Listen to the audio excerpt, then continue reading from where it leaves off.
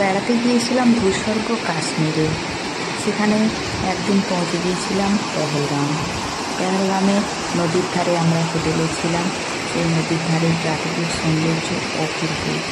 নাম তার ভূস্বর্গ, তাই তার প্রাকৃতিক দৃশ্য অপূর্ব। এখানে কিছু কিছু মানুষ তাদের পেশা হিসাবে মেষ পালন করে। এই মেষের লোম দিয়ে পশম তৈরি হয়। পশমের চাদর, পশমের শাল, পশমের জিনিসপত্র, পোশাক তৈরি হয়। এগুলো খুব দামি। নাম না জানা একটা নদীর ধারে আমরা হোটেলে ছিলাম। সেই নদীর জল স্পর্শ করে দেখেছিলাম বরফের মতো ঠান্ডা, যদিও এই জল প্রবাহিত হয়ে আসছে বরফ গলা জল দিয়ে। পাহাড়ের উঁচু থেকে ঝর্ণা হয়ে একটা নদীতে মিশেছে এবং নদীর স্রোত খুবই প্রখর।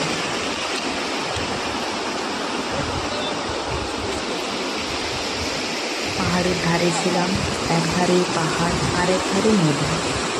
অপূর্ব দৃশ্য। যদি কখনো সুযোগ হয় কারো, তাহলে একবার অন্তত জীবনে কাশ্মীর থেকে ঘুরে আসবেন।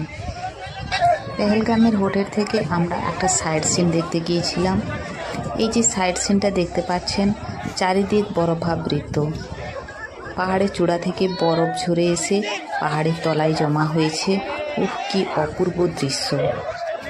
পেহেলগাম সাধারণত উপত্যকায় পরিপূর্ণ, তবে বিভিন্ন সাইট সিনের মধ্যে এই সাইট সিনের নাম হচ্ছে চন্দনওয়াড়ি। এই চন্দনওয়াড়িতেই একমাত্র পেহেলগামের বরফ পাওয়া যায়।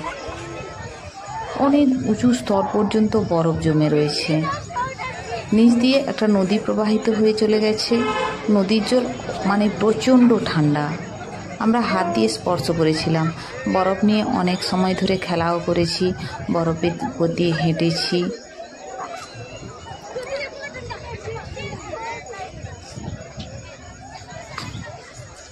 জীবনে কখনো সুযোগ হলে একবার কাশ্মীর ভ্রমণ করবেন।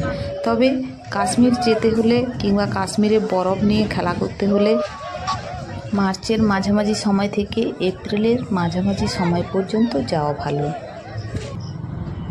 ওই সময়টা গেলে কাশ্মীরে বরফ অবশ্যই দেখতে পাওয়া যাবে।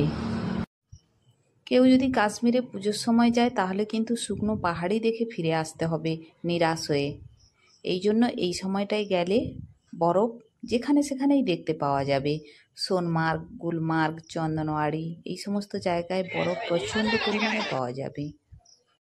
পেহেলগামের চন্দনওয়াড়িতে গিয়েছিলাম আমরা এপ্রিলের 12 তারিখ নাগাদ। তাই আমরা বরফ নিয়ে খেলা করতে পেরেছি, বরফ নিয়ে ফটোশ্যুটও করতে পেরেছি।